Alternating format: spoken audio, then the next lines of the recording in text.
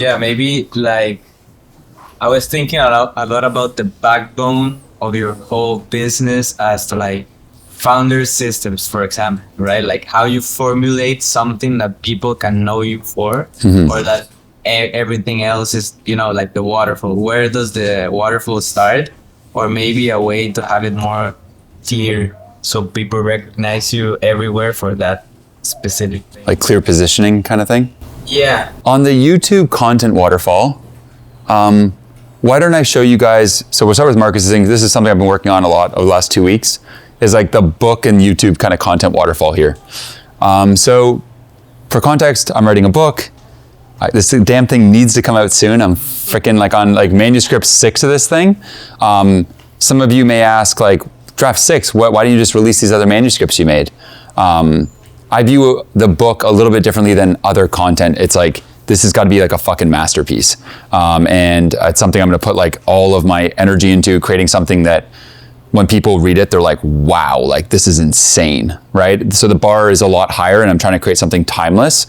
I'm probably going to reference a lot of books while we're talking, because I don't know if you guys know this about me, but like I read a lot of books. I don't always talk about that. So some things you guys are bringing up, I can just like reference books you should probably read.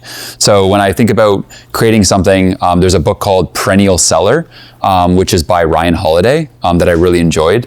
And it really gets you thinking about how to go and create things that will sell like 50 years from now, right? He brings up an example of like Iron Maiden, like this like band that like never got on the airwaves. They never were really like that popular, but they just keep on selling year after year after year and have these like rabid fans, right? And you can think about other brands that you know that like, they just are that. That's what I'm looking to create with the book, right? I want it to be cranking sales year 5, year 10, and not even on the money side, just the impact side.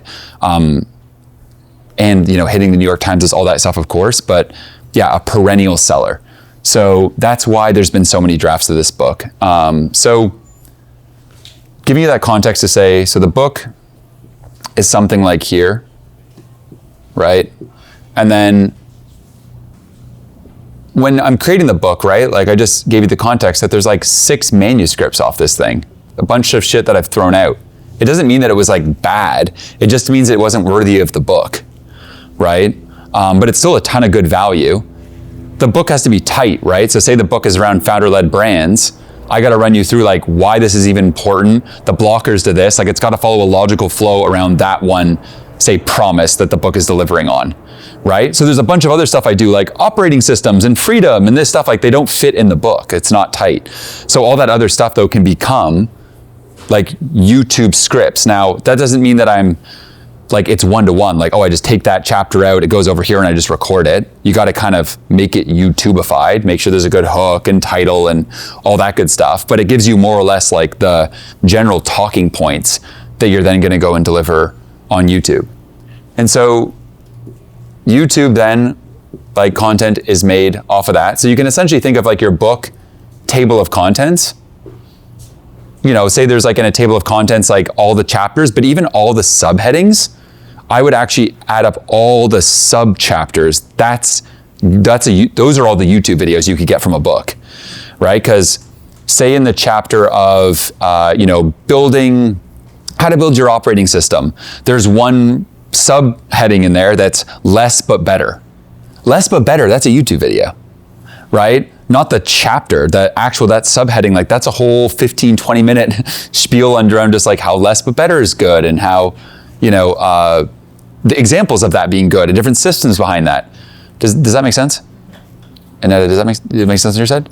Yeah, it just... No, I'm just curious because you just submitted a draft to your editor last week. That's why I'm asking. So yeah, I just think my first book would be I should turn all of that. Yeah, you should turn all this stuff into it. And Marcus, same deal for you. Like if you have all these things, like I would be ranking even like you could probably get someone on your team to go rank every single subheading of your book into a sheet and then just spend like a couple hours yourself one day, just like in a nice, like with a cup of coffee and just like, did any of these chapter titles or subheading titles get the most like qualitative response from your audience? You know, people reaching out like, oh my God, when you went over this, like it changed my life, or this aspect was like such a breakthrough for me. Or maybe when you've spoken about it as a speaker, it's like really been these light bulb moments. So like move that all up to the top, right? And now you've got like the topics for your YouTube videos, maybe even the title, because the subheading could maybe even just be the title of the video. And then the general content I don't teleprompt my videos anymore. So when I talk about the book content, I wouldn't just like one-to-one it. I would go and probably, before I'm filming, I would like read it a few times and go like, okay, cool, I know what I'm about to say. And then I would just get on camera, rip it.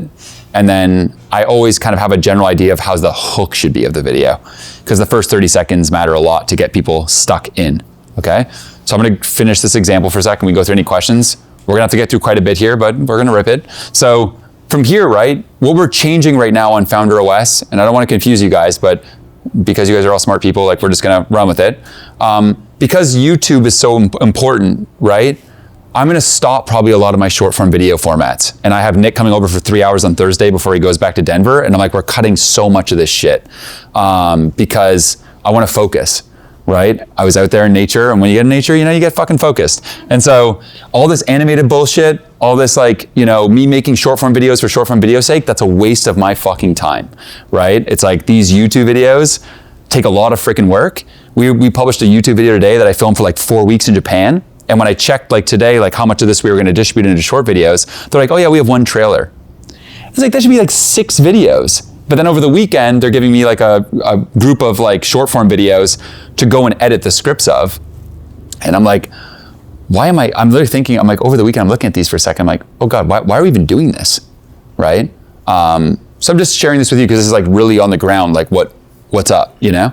And so it hit me like you know, just again, like why the hell did we make such an amazing long form YouTube video? We're barely distributing it in short form, but then I'm making all this separate short form video content for what? What's the point of this, right? So we're gonna stop that, and we're gonna take the clips from YouTube, and each of these will turn into like 4 to 6 clips. And the good news is too, I have a bunch of old YouTube videos that we didn't clip very well, so we can use those clips a lot. So that'll be the IG Reels, 4 to 6 IG Reels, TikToks. That'll be, what else is off that? YouTube Shorts. And then, you know, we send YouTube videos to Nils, my newsletter guy, and Nils will go and turn that into a newsletter that then plugs the YouTube video and drives traffic to it. And so inevitably, like kind of what I'm trying to do is, the YouTube is probably gonna be the biggest marketer of the book. YouTube drives currently more leads than our next 2 platforms combined. LinkedIn and Instagram have over 1.5 million followers across the 2 of them. And YouTube with 146K subs drives more leads than those 2 combined. So I'm like putting my bets on like, we're gonna focus on this. The pillar always of a waterfall is a long form piece of content. So books are great for this, newsletters are great for this, X threads are great for this, YouTube long form, because like there's a lot of content to work with. So you make that the pillar and then you just distribute it, like, and cut it up. So, I mean, that's kind of it, I think. I mean, there's obviously like, Instagram stories and all that, but you see how much simpler that is, right? Like it's a lot less going on than previously what we were doing. So we've kind of like simplified even how we had it in a way that will drive YouTube subs and hit 1 million subs this year is the goal. We'll drive it so that we can get like 100,000 sales of the book this year and make it a bestseller. It'll reduce my workload by say 15 hours a month back in Apkin because I don't have to edit or shoot short form videos. It reduces Diego's workload. It reduces Nick's workload. So we get to focus more on this and making these amazing. And it's like the simplest form of pushing it out. So that's what we're currently doing.